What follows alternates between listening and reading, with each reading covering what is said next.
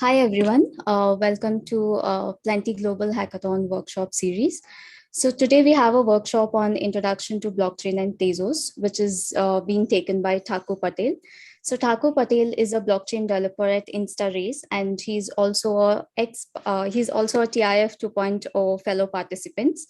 So now over to you, Thakur. You can share your insights about blockchain and Tezos.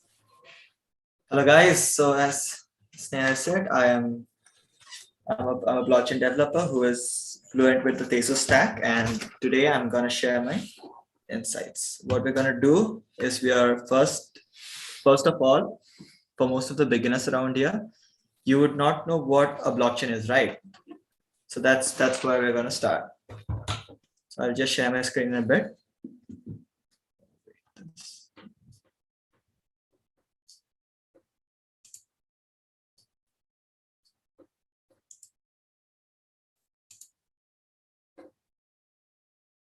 So yeah. Blockchain 101. It's the basics. So before this, I would prefer this more to be an interactive session. What we are going to do is I'm going to try to have your attention for 1 hour because I do not like to be a boring person, be it a workshop or a date. So you guys have to be interactive with me. You have to keep asking your questions on the YouTube comments, and I will answer every single one of them. Right. So with that, there'll be some slot in the middle in which I will answer those questions, and one towards the end. So feel free to ask questions. That's the most important. Okay, let's begin. So blockchain. So what we're going to discuss today is first, blockchain is a Web3 technology, right? This is what it's also called. So we'll first discuss what's the difference between Web 2 and Web 3, and after that we'll go to the cryptography basics, because cryptography is one of the most important things, the fundamental concept on which the blockchain runs. You have heard that it's saying that it's decentralized, democratized, it's there's nobody under control over here. So how does this happen? It's all the beauty of cryptography used in computer science. And with that, you will finally understand how a blockchain came to existence, which is the introduction of blockchain. Another question, obviously, it's very important. Whether do you even need blockchain if you're building something? Okay, you have been to many hackathons on Tapefiller, right? And there are some of them are on Web 2, some like AI, ML, and all those technologies, and some of them are also on blockchain. So Plenty DeFi you're going to build on the Tezos stack. So I will help you, if you have an idea, I will tell you how whether you actually need blockchain to solve it, and if you do not need, you can modify your idea to solve some other problem which actually requires blockchain tech. And after that, we'll have an introduction to Tezos and how you'll start developing. So I hope that's clear. Right, about me, this is already done. Yep. So what comes to your mind when you first hear the word blockchain? I would like you guys just to write it on YouTube. I'm gonna read later. So what blockchain? It's a distributed ledger in which blocks are connected to each other, and it's trustless, it's decentralized, and the most important thing is it's peer-to-peer, right? So before that is just some of the basics, but before we actually totally understand what a blockchain is, we've got to understand the cryptography behind it. So what does blockchain include? It has cryptography functions, hash functions which run, right? So now what is a hash function over here? Its hash functions are one-way function that takes an input of any size and it returns a fixed output. This is what is written over there. It's like no matter how long it may be a whole essay, or it may be just my name, or it may be just a single letter T, it will be converted into an output of a fixed size, right? So that's what it does. And the cool thing about it is you can put as many data as you want, and it will return the same length result. The result is always unique. So what happens if it's unique? So T will return a certain thing in the hash function. Thakur will return a certain thing in the hash function. Tezos will return another thing. And let's say this whole page, if I were to write it down in a text file, that would return some other thing, once passed through the hash function. So this is, and with this, it gives each of the different things which I just talked about an identity. And that is what makes it so special. Right. So the properties of a hash function are, okay, hiding. Hiding means you cannot work out the original data from the result. It's like a one-way function type. You get the result, but you cannot get the inverse of it. A one-way function, right? The inverse of it, to get the inverse of it, you will need huge computational power, which currently we do not have. So it's so you cannot get that the fixed output. From that you cannot get whether it's a T or whether it's Thakur or whether it's Tezos. You would not know about it, or whether it's an essay. Next, deterministic. So deterministic means the same data, it will always return the same output. Let's say T will always return some random thing. But again, like no matter how many times I put T or I put my name, no matter how many times I put Tezos, right, through the hash function, I will only get a fixed result all the time. Next is it's collision free. Now, what does it mean? It means that different data produces different results. There is no intersection. No two data, whatever it may be, will produce the same result. It's always different. You can call it more like let's say a one-to-one function. For those of you who studied maths in standard 12th, that's a one-to-one function. Puzzle friendly. So puzzle friendly means if you add some random changes, it will totally change the result. It's like, just let's say, let's say you can see this whole page. I type this whole page down, cryptographic hash functions is the one way of everything. And over here, say there's no full stop, right? If I were to put one full stop over here, it will totally change. The hash function will totally change, and you cannot differ, it's not like, you put a full stop and just some part of it will change. It's completely different from from the input in which you have no full stop. So it's puzzle friendly in that way, right? So where are hash functions used in blockchain? So this is something which I'll discuss further on, about what transaction hashes are, what block hashes are, and what are addresses. Next. So now, since you just understood what hashing is, which is the basic core of the blockchain, we can now understand what is a blockchain. So as you can see, a blockchain is a system that holds transactional records while ensuring the security, transparency, and decentralization. So let's I will tell you what does each of this mean, right? Over here. Immutable, trustless, secure, and transparent, right? Okay, in secure there's some private keys. I'll have to talk about that. But first, immutable. Immutable means once you write something on the blockchain, let's say once your code is deployed on the blockchain, you cannot change it. Or once you put you put a transaction, let's say I gave my friend, let's say I gave Vivek 10 Tezos, okay, 10 XTZ, then it's just there on the blockchain and you cannot change it after that. So in this way, nobody, if anybody wants to secretly modify a data, if let's say if it were on a book, on a plain book, then somebody can come put your whitener and just rewrite it, or just if it was written in pencil, you could just erase and rewrite it. Even in servers, if it was a centralized server, a person who has admin access can go and just change some data. But this is not possible if the data structure, if the data is stored in a blockchain. So because that's just what it is. That is how it functions. So that is why it's immutable.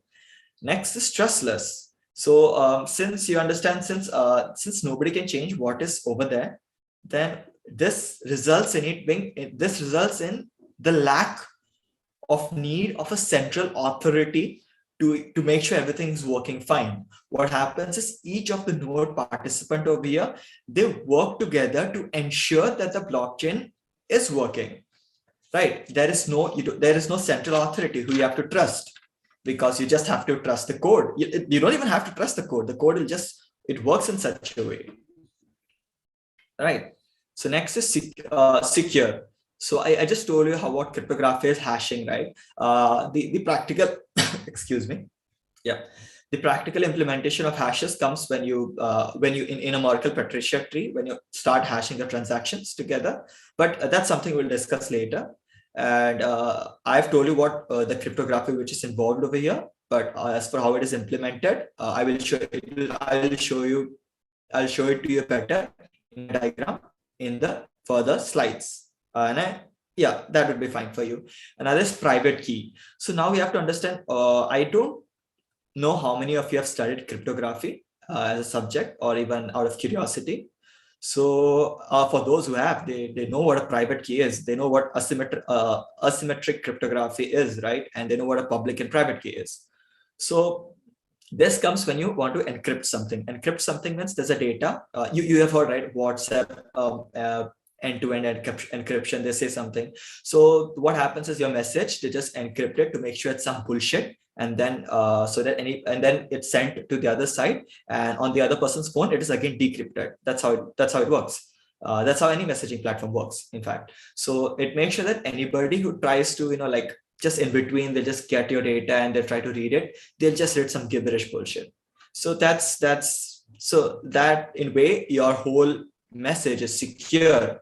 Let's say you're just sending party at 7. So nobody's gonna know you're gonna party at 7. So your parents won't know about it. Yeah. Anyways, so private keys, right? So there are two types of encryption. So this is what encryption is, and it's of two types: symmetric encryption and asymmetric encryption. Symmetric, in which is like use the same key to encrypt and encrypt at the source, at the sender, and use the same key to decrypt at the receiver, right? And asymmetric encryption, what it does is it has a public key crypto system is used. Like every person in the network, let's say me, I'm a person, and each one of you present here, you're a person on the network. So what happens is there is a public key assigned to each one of the participants, right? And we also have a corresponding private key. We have a public key, we have a private key. Now the public key is sort of like an address book. An address book, okay, I don't think we were in the generation, either I nor any one of you might have been in that generation where we used to have thick book in which, you had everybody's number over there. Okay, so this is what an address book is. This is what I'm referring to. It's like your name is on a book, everybody's name is on a book, and there's a public key assigned to it. Each one of you have a public key right there, and it's available for everybody to see, right?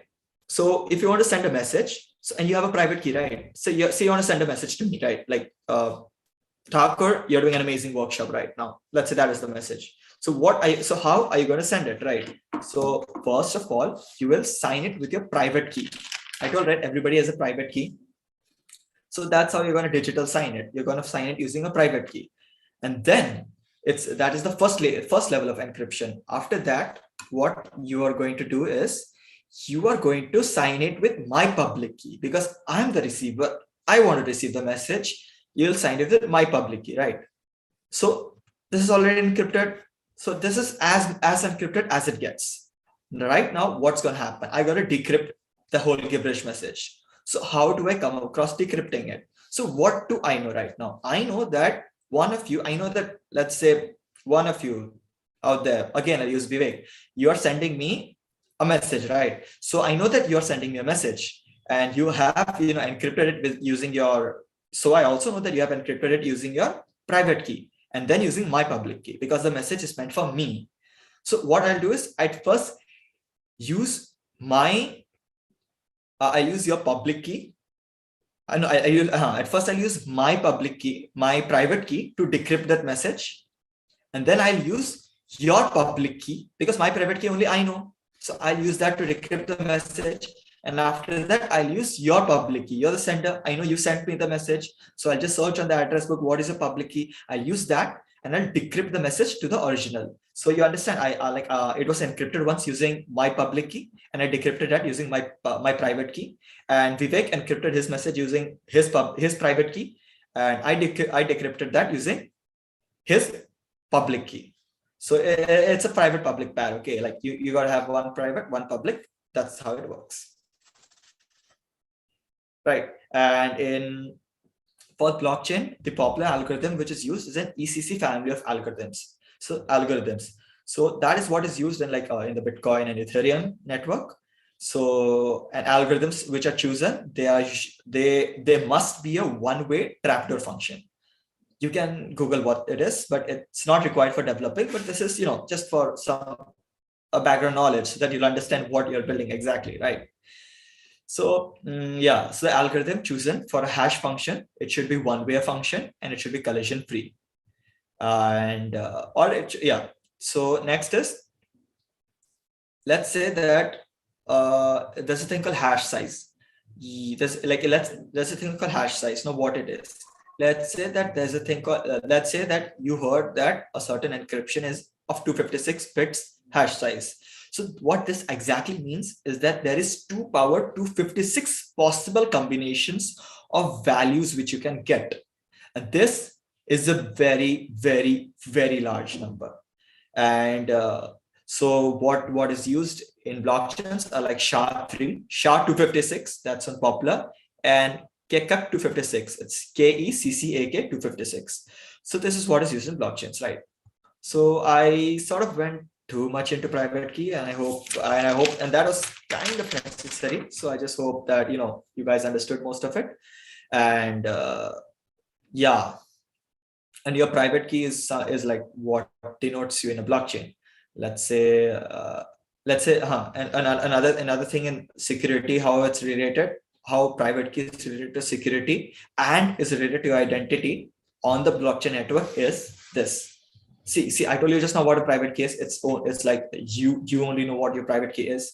So using a private key, so first when you enter a blockchain, first a 256-bit random number is generated. Random number 256-bit. Okay, what this is, it's a private key. So after this, then ECC algorithm. I told you what an ECC algorithm is. It's a family of algorithms which is used in the blockchain. So now how is it used in the blockchain? That is what I'm answering you. So this ECC algorithm is applied to the private key to generate a public key, right? So now what you have the public key, and this public key is like public. It's on the address book, which I talked about. And now once hashing, I just told you what hashing is. Once hashing is applied to the public key, then you get an account address. An account address which is 160-bit. That's what's generated. So let's say, yeah, you're seeing my screen, right? So any account address, like any like wallet, be it Temple or MetaMask, any of these, it will have a. If you were to join the network, you will have an account address, and this is how you get an account address. This is how it comes to you, right? So but that is not how you identified. How you're identified is using a private key. So are there any questions till now, Sneha? I mean, I just spoke a lot. No, I don't think so. We have any questions for now. Right. Okay. So that is good. Everybody's understanding. Yeah, they are. After that, yeah. So transparent. So what transparent means is anyone can view all your info on the network. And were you to develop, what this would translate to is, things like Better Call Dev for Tezos, and it like Etherscan. That's, you can just Google it up. That's for Ethereum. So you'll get every data over there. Just like let's say you search my account address, you ever deployed. Everything's out there, every transaction I ever made, but it's only an account address. Nobody knows that that account's address is mine. So what it is, it's transparent, but at the same time, it's anonymous, right? Because you're not asking for any KYC verification, to enter the blockchain. That's not required. It's not Binance, right? So this is how blockchain works. Someone first initiates a transaction. The requested transaction is then broadcast to a decentralized P2P network consisting of several nodes. And then a transaction happens. Oh, and then there's a thing called mining, which happens. It happens during the same time a transaction. Mining is it's something I'll tell later. Don't worry about it. And then a new block is created. After this block is created, it's validated and approved by the reaching consensus by all the nodes in the network. All the participating nodes, they will come to consensus on whether the data in the block is right or wrong, right? So after that, the new block is added to the existing chain after each people they verify that yes, the data is right. So this is how blockchain generally works. You initiate a transaction, it's broadcasted to the network. Yeah, like I want to transact this thing. And then there'll be miners who and then there'll be like a lot of miners who fight to solve a puzzle. And whoever solves the puzzle gets the block. Whoever gets the block gets the new cryptocurrency that's minted, be it Bitcoin, be it Ethereum or Tezos. They'll just, okay, they'll get it. And after that, they'll show that I have solved it. And this is the solution. And the solution is then broadcasted to everyone. And once they verify that, yeah, this guy solved it right, it's added to the blockchain. I just repeated everything again so that you guys could clearly understand. Right. Okay, so what I just showed here is a block, right? This block you can see. A blockchain is like a series of blocks which are linked to one another. There'll be one block, another block, another block, another block. It's linked to one another. And what exactly is in a block? Yep, saw that. So what does a block contain? Right. So this is like what a block actually contains. Like it contains, I've written some of the important stuff which a block contains up here. Right. So first of all, it has a header which contains the previous block hash, the version. A Merkle tree root is something which contains all the transactions. I'll tell you about it. A timestamp. Timestamp is basically the time in which the blockchain was made.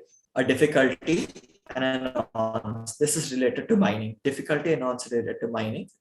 And previous block hash, it links. It's like if you have heard of a link tree, it's somewhere links right each other. So this is not exactly a link tree, but yeah, this is like the previous block hash. Every block is a hash over here, a hash value.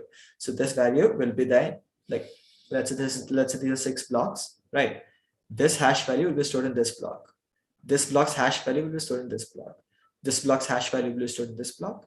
This block hash value will be stored in this block. This block hash value will be stored in this block. And this is the topmost block. This is the bottommost block. It goes like this. Okay.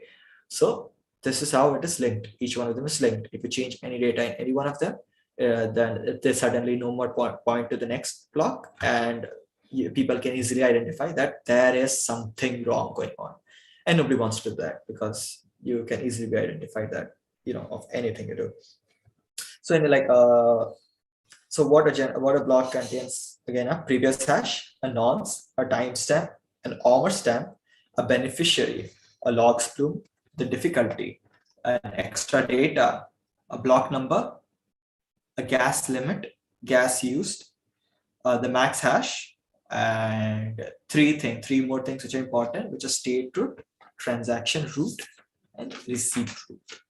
So these are like state root, transaction root, and receipt roots. These are hashes which are calculated they're calculated from hashing. So a transaction root, what the transaction root contains is it's in the transaction counter. So all the transactions, they're like many transactions in a block. To be honest, I do not exactly remember the number, but yeah, there are a lot of transactions. So what happens is all these transactions, they are spread across the leaf nodes of a Merkle-Patricia tree. So a Merkle-Patricia tree is something which you might not have studied about, and you really do not need to know to understand what a blockchain is. So we'll easily skip that, right? So a Merkle-Patricia tree, and what happens is if you change any one of the state over here, then it just follows the whole tree structure, and only one path, and it only has to change one path to find the new state root hash. So just if you did not understand what I just said, it's completely fine. Even I did not understand when I first said it. So what it does is when you have a lot of transactions, let's say a huge number, then you use a Merkle-Patricia tree to get a final hash, final transaction hash. So that is how you get the transaction hash. You don't have to go through the entire, you don't have to hash like the entire set of transactions. Let's say there are 1,000 transactions. No, you don't need to hash all of them like one, like in a straight way. You go to a Merkle-Patricia tree, and then there's only, and if there's any a transaction which has to be verified, then only one path through the tree is to be checked. So in that way, it helps. Other than that, there's a thing called a state root, right? So state root is done through a straight hash. See, I told you that there are two types of hashing, right? One is simple hash, another is a Merkle tree hash. So in a simple hash, all the data items are linearly arranged and they're hashed. Merkle tree, they are in a tree structure. All the leaves, they are pairwise hashed and they arrive at the same hash value as a simple hash. It's like pairwise hashing everything. And how the tree structure how it improves like mathematically is it's a log n versus n, and log n is a better time complex. It's a better complexity than n, right? So this is a basic data structure concept. So after you get the transaction root, you have now less values. Let's say a pair number of I think 21 or some data in the block, and you do a straight hash to all of them, and you find the final block hash. And straight hash of all the data inside, which includes the previous block hash and all of these, hash in between. So once you hash all of this, you get a straight hash and you get the hash of the block. That was a lot of hashes. Anyways, this is what a block contains, and this is how this was important again. So next, the blockchain structure. I was talking a lot about hashes, and again we have to talk about hashes again, man. So I just told you this, and this is a better visual representation of what I just told, right? So what happens is so I told you a SHA-256 hash algorithm, that is what is used in blockchains, and that is one of the most popular algorithms. So this is what happens over here is, this is the genesis, right? So there's a previous block hash. You can say it's 0x. This hash, okay, this is the previous block. Let's say block 0. This hash is block 0's hash is stored in block 1. Block 1's hash. Okay, wait. It should go the other side, right? This is block 0. Sorry. This is block 0. Block 0's hash will be stored in block 1 as the previous block hash. And this is block 1. And this hash, it has a hash. All the transaction data, all the data inside the block, you just hash everything and you find a single value. And this 0x, A1, B2, C3 is what it all boils down to. This is how the block is represented using the block hash. So this hash is now stored in, this is block 0, this is block 1, block 2. So block 1's hash is now stored in block 2. Over here got that. And then again, it is hashed with all the other data, all the, the transaction root hash, the receipt root, the state root, the timestamp, the nonce, everything. They are together. And once you hash that, you'll get this 0xD1, you'll get this hash. And now this hash is stored in the next one, in the next block. So in this way, and the same process continues, right? It's stored over here. And this is also hashed with all the other data in this block. And you get a final hash. So in this way, the blockchain is like connected to one another. And this is how each block is connected to one of the other, all the way from the current block till the Genesis block. Genesis is the first block which got minted. And this is how it is all connected, right? So I hope this is clear to everyone who is seeing this video right now. So now let's move on. This is the basic structure of blockchain. Now I told I would discuss this. This is the most important thing which comes to the mind of a developer or even an idea creator when you start ideation, which you're going to do soon. Do you even need blockchain? So first question, do you need a database? So if you don't need a database, man, just go. You don't need a blockchain. But if you need a database, I mean, blockchain, it has this immutable concept, right? Which makes it a really new thing and a really interesting thing, which you would want to implement in your application. So if you need a database, then move on. Does it require shared write access? Since everybody is a part of the blockchain, it's democratized. So there is an advantage when you have a shared write access. If you don't need, yeah, don't use. If you need, other writers known and trusted. So let's say, yeah. So I mean, this question just speaks for itself.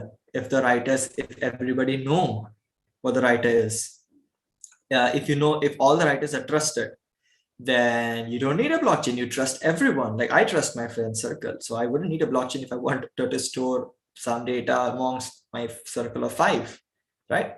But if you do not trust them, then okay, you got to come back to the loop. Do you want or need to use a trusted third party? So a trusted third party is what most of the applications run on today. Let's say we're having this whole, this thing, it's being live streamed on YouTube. So you're trusting YouTube to handle everything, right? Okay, but this is another thing. Data related, they are usually entrust your data to a third party, which handles it all. Let's say you upload data on Drive and that's where it's stored. Or if it's any transaction, like at the bank, okay, the bank is the best example, which I can say related to the blockchain. Any transaction, every transaction is stored on the bank's database. So this is it. And then next is, do you want or need to use a trusted third party? If you need, then don't use a blockchain. If you don't want it, do you need control functionality, right? So control functionality. So this is where it comes in. What I just talked about, Ethereum, Bitcoin, Tezos, those are all public blockchains. And with public, always there'll come a private blockchain, which is an example would be Hyperledger Fabric. And there are also hybrid blockchains. For example, we are R3 Corda. You can just Google them up to have more knowledge. That's not in the scope of today's workshop. So, but I really want you to know a little about it. So I'll just talk about that. Do you need control functionality? Like it's more like only a few selected people will access this data, and a few selected cannot access a certain data. If you want that, then public blockchain is not your answer. You have to go use a private blockchain or a hybrid blockchain. So if you use a private blockchain, it's when it's only inside your firm, right? You do not need to have, you do not need, let's say it's only inside Microsoft or just any other organization. I do not want to name anyone right now. Then you can use a private blockchain. And if it's between organizations, different organizations, then it's time for you to use a hybrid blockchain. And R3 Corda is a good example of that. It has many companies on board. You can just Google about it. You'll get to know. I don't remember all the companies, but there's a hell lot of named companies, popular companies which are on board R3 Corda. So this is we are, it's like data. It ensures that data between organizations are not shared, and people only share data within the same organization. And even within an organization, it's more like there are different access levels to data. So that's whole thing is what a private and hybrid blockchain is. So next, do you want transactions to be public or private? So if you want private, again, you'll have to choose a private or hybrid, but that's not particularly decentralized. If you want complete decentralizations, means you need to have all the transactions public and available to everyone and the public to use, and that's when you use a public blockchain. So what we just went through is whether you even need a blockchain in your application. So before we proceed to the I'll just tell about the use cases. So the use cases of blockchain is DeFi. This is what Plenty Hackathon is largely based on. It will, if you build DeFi products, and the full form of what DeFi stands for is decentralized finance. It's more like decentralized exchanges. Centralized exchanges would be would be stuff like Binance or WazirX. Those are centralized exchanges, and decentralized exchanges, it's just anything related.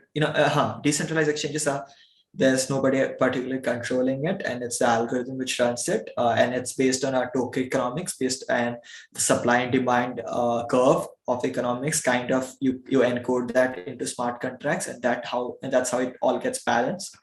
Another thing is supply chain. This is DeFi. Okay, you'll have to study more about DeFi. What I said is just not enough for you to have a complete understanding. And I guess there'll be a workshop on this later. I'm not sure. I'm just like, yeah, maybe.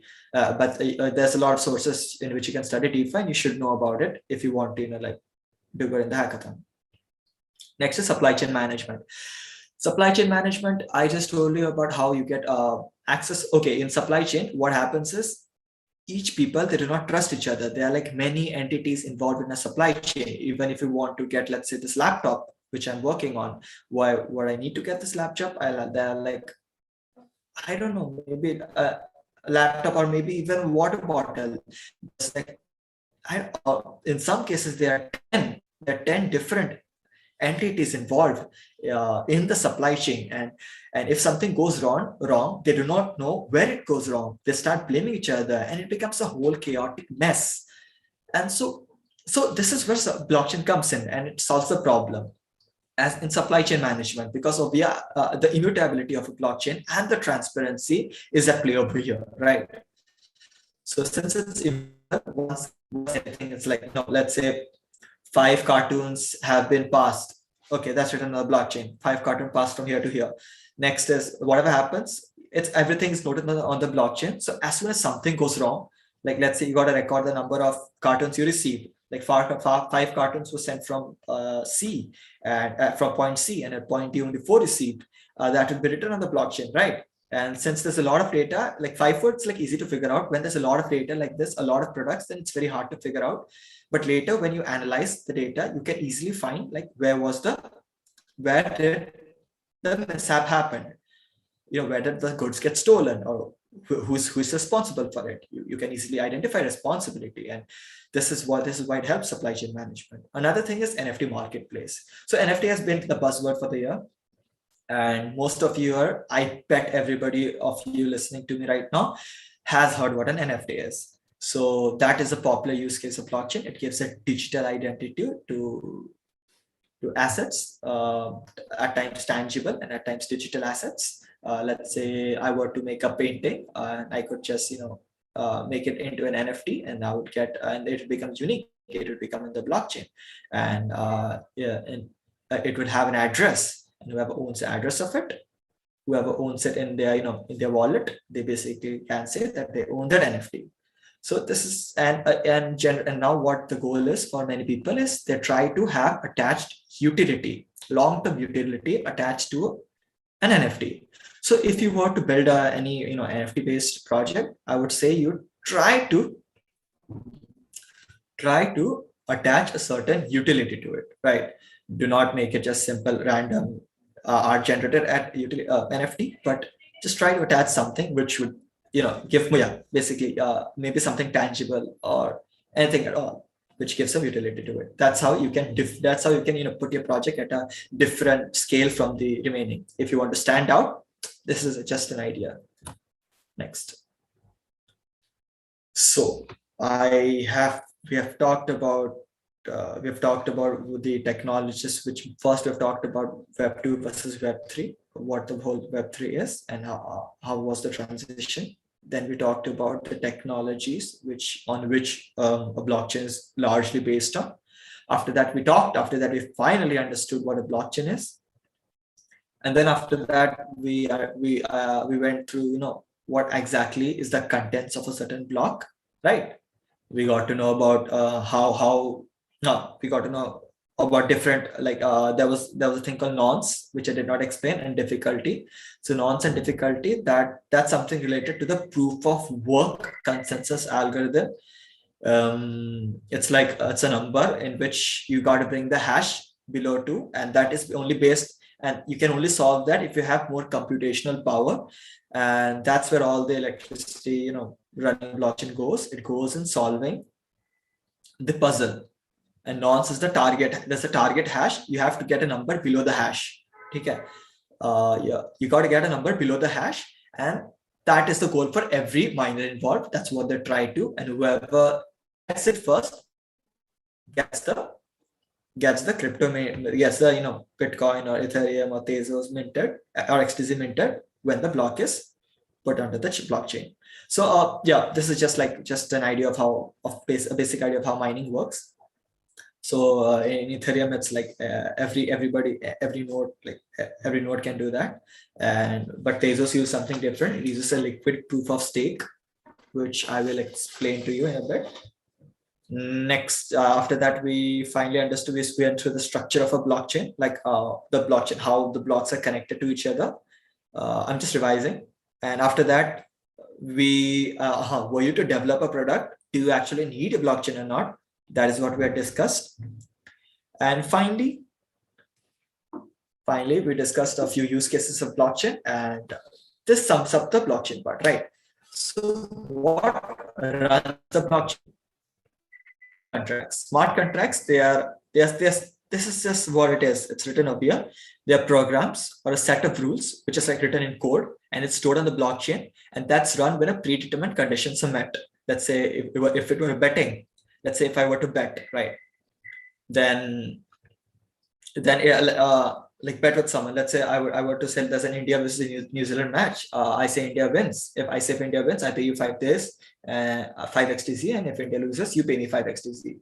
I am betting with, let's say, Shyam, and then so instead of trusting our money to a certain third party, we can just write it on a smart contract. So as soon as the smart contract would be connected to an oracle, and which would get the live feed of the data, and as soon as the result comes in through the oracle, then automatically the funds are transferred based on whoever won, right? So we are trusting no one at all.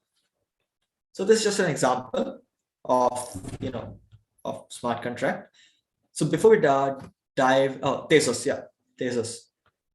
After this, I'll just see if there's any questions. So you can just type your questions for now, if there's any, on the YouTube comments.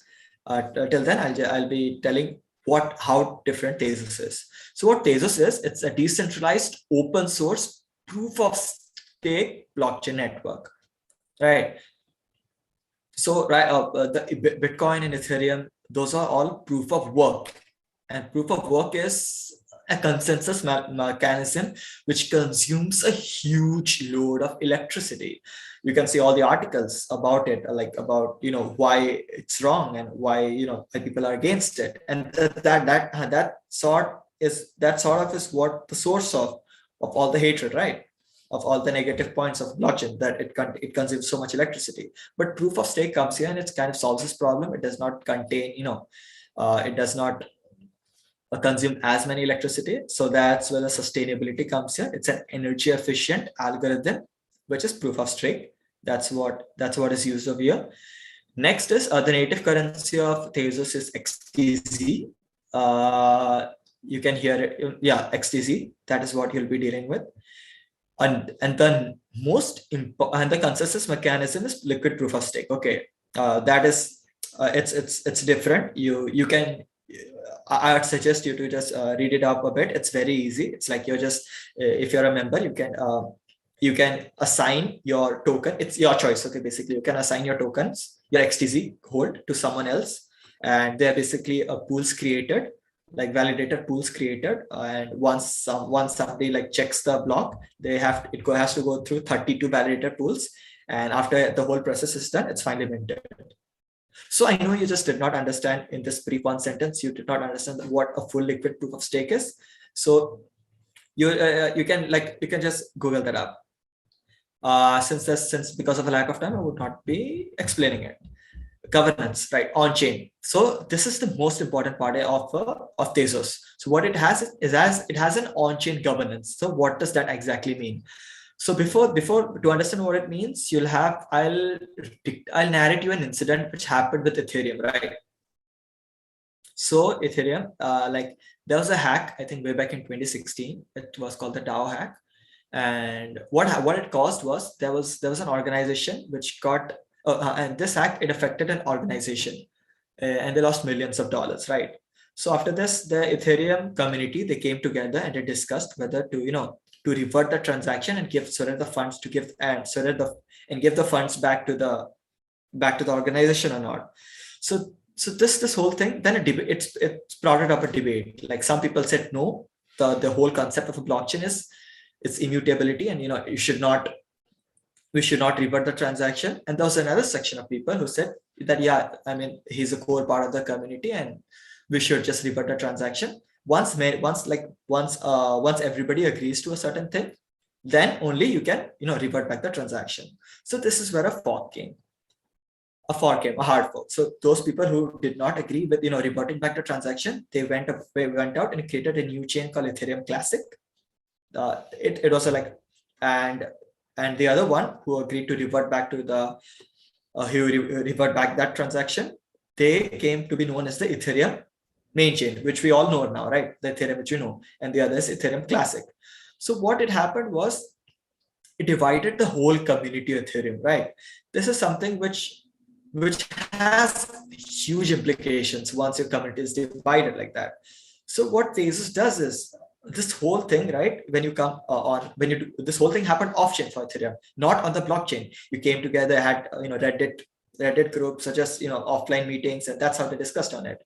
But in Tezos, this whole thing happens through an on-chain governance process, and this is why it has a seamless upgradability. If there's any changes in Ethereum, you have to make a hard fork, and then that's how it upgrades itself. There's a London hard fork, which I've heard, that is the most recent one, and there are like other hard forks based on city names.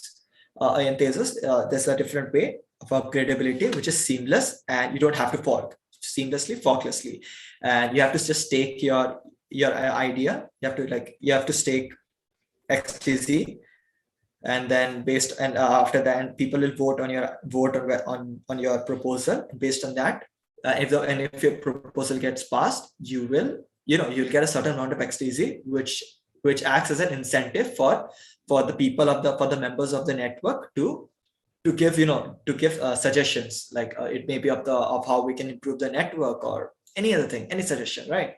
It's all on chain. So in this way, there's no division of community ever, and this is what makes it a more sustainable blockchain. Yeah, it's more sustainable, and the community would never get divided, right? So what till now, this is, I told you about Tezos. So a bit about development, right? So for development, this is something it should be using. How do you just read this? Right. My screen is still visible, I guess. So SmartPy is something you'd be using. SmartPy, you got to go smartpy.io. You can see the link clearly of it, smartpy.io. So here, SmartPy is a tool which you can, it has an IDE in which you can write smart contracts. You'll click on this and it will direct you to its online editor IDE platform. This is an example of a contract. So you got to import SmartPy SSP first. It's Python based, first of all. So I know most of the developers, they are on Python. So this is the best language for you to code a smart contract in. Other than this, there's Lego, but I'm experienced in SmartPy, so I'm going to talk about that only. Right. So this is our SmartPy code. This is an entry point, and so there are two things involved. One is the code itself, which is like here, and these are the test cases. Right. So what happens is this whole code, it gets converted into a Michelson code over here. This is something which even I don't understand, and I don't think any of you would be interested in reading this thing in the Michelson code. So this is like, where you get to know about what a smart contract is. And this is how it's generally written. These are functions. This is a class. This is the contract name, store value. And these are functions over here. So what it does is this gets called as soon as you call store value, and the value is stored in this variable over here. right? And this is how you access it later. If you want to replace the value, you access the variable, like you access stored value through this self.data.stored value, and the new value which is passed as parameter over here, this gets into and it gets stored over here. So wait, so this is like basic Python things. You got to go through this. It will show you about. See, since I really do not have much time, I cannot show you everything. But these are some materials which you should go through. B9 lab. That's B9 lab is this is the, you should start with this. Okay, and after that, you should start with this. You'll to get a basic understanding of Tezos and how to write smart contracts. Then you can go through the remaining stuff also, and later on, once you get a hang of this platform, this is how it looks like. Okay, let's say we'll go for a calculator. Yeah. So the SmartPy, I'm opening the template calculator. That's what's happening.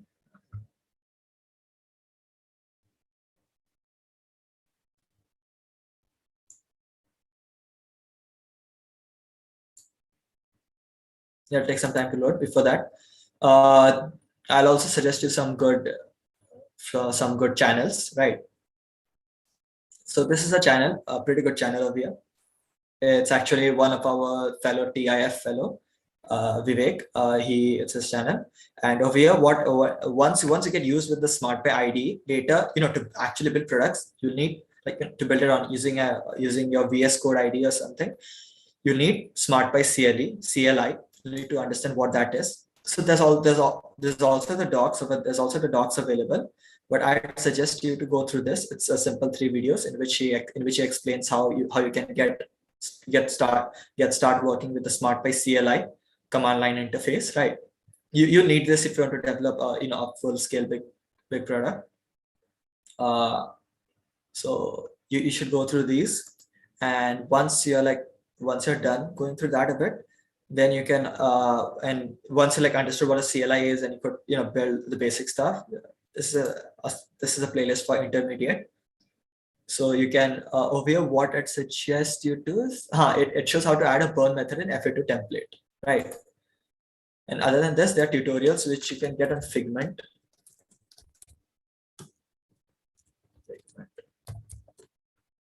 Let's see whether our SmartPy got open. Right, so this Figment is also a good learning resource. You just search Tezos over there and you can get it.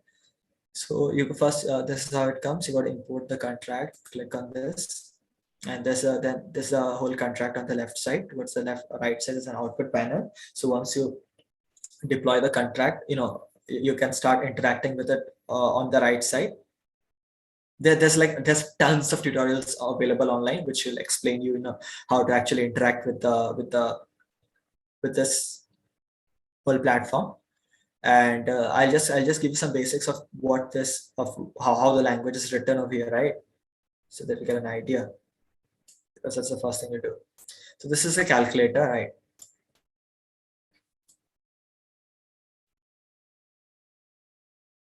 So these are various entry points which you need to add. Entry points is basically mean that it can be called publicly, like from outside.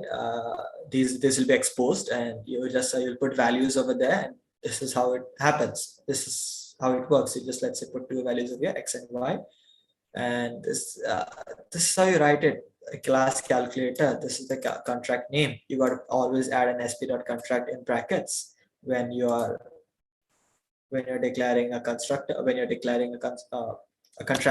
And in the beginning, you should always import SmartPy SSP. And after that, there are various functions like sp.verify. This is more like an if function. It will only run if x is greater than or equal to 0. And there's an sp.while function. It's general, the while function which you all know here. This is an assignment. And a verify, again, it's like an if. It will verify whether this comes true or not, right?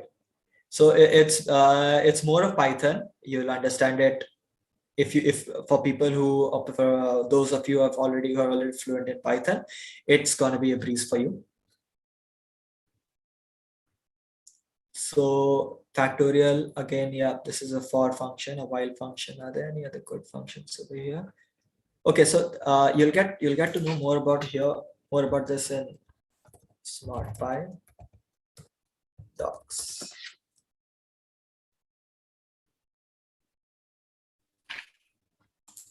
Yeah. So the SmartPy docs is really well documented over here. Everything. These are like different data types you'll get to know over here. Types as a general variables of how to get variables, types and operations. And these are all the different data types you have over here. You have maps, big maps, chain ID, integers, muters. If you want to give an amount of XTZ or anything, then like if you're like you want to transact, right? I give an example when we are having a bet and I wanted to bet like 5 days, right? So at that time you got to use this function. You got to use this variable. This is how like anything which is transactable, which is payable, which will anything which is related to the token related to the token XTC, right? That is it will be represented by sp.mutase. Mutase is like microthase, right? So you'll get to know more about it over here, the SmartPy docs. And for those of you like who totally want to start, right?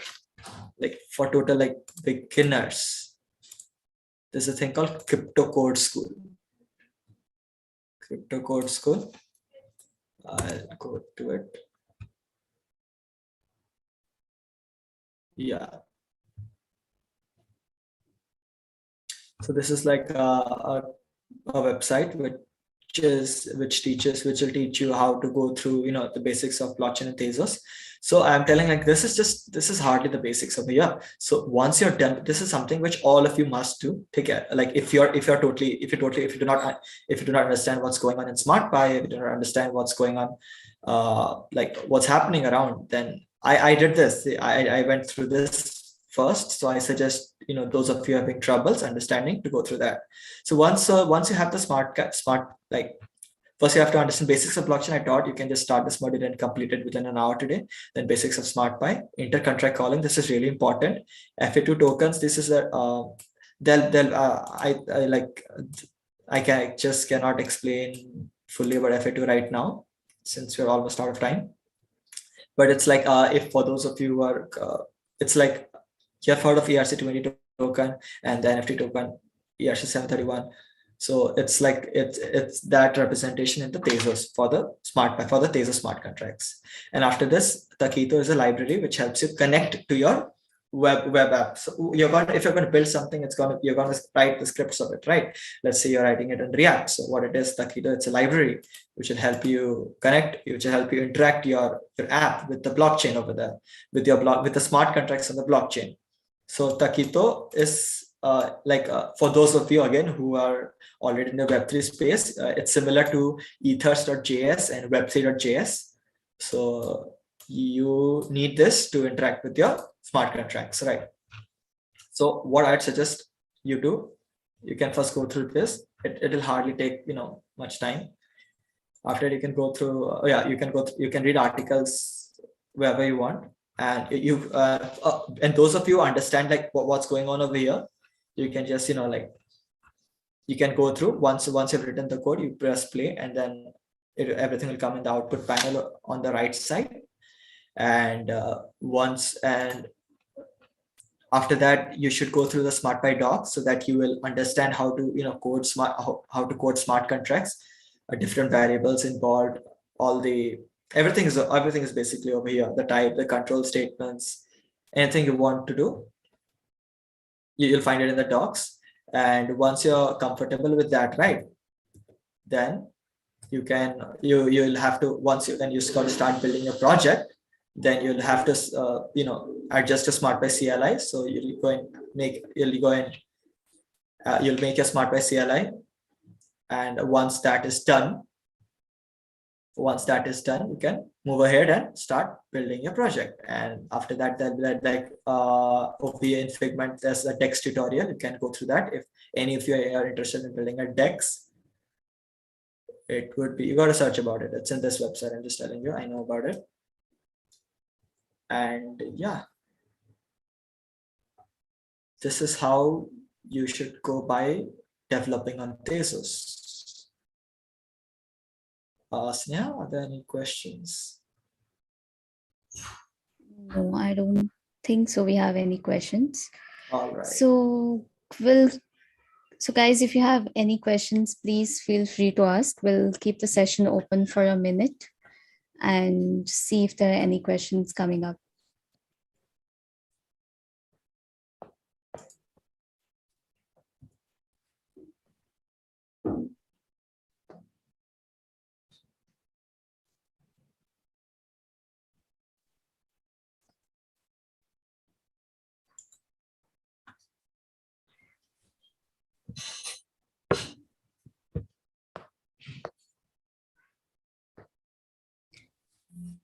Okay, so I don't see any questions coming up. So thank you so much, Thakur, for taking up the wonderful session on Introduction to Blockchain and Tezos. I'm sure now audience is well versed with what blockchain and Tezos is. So thank you once again. So have a good day. Bye-bye. Thanks, Neha, for being a good co-host. Bye.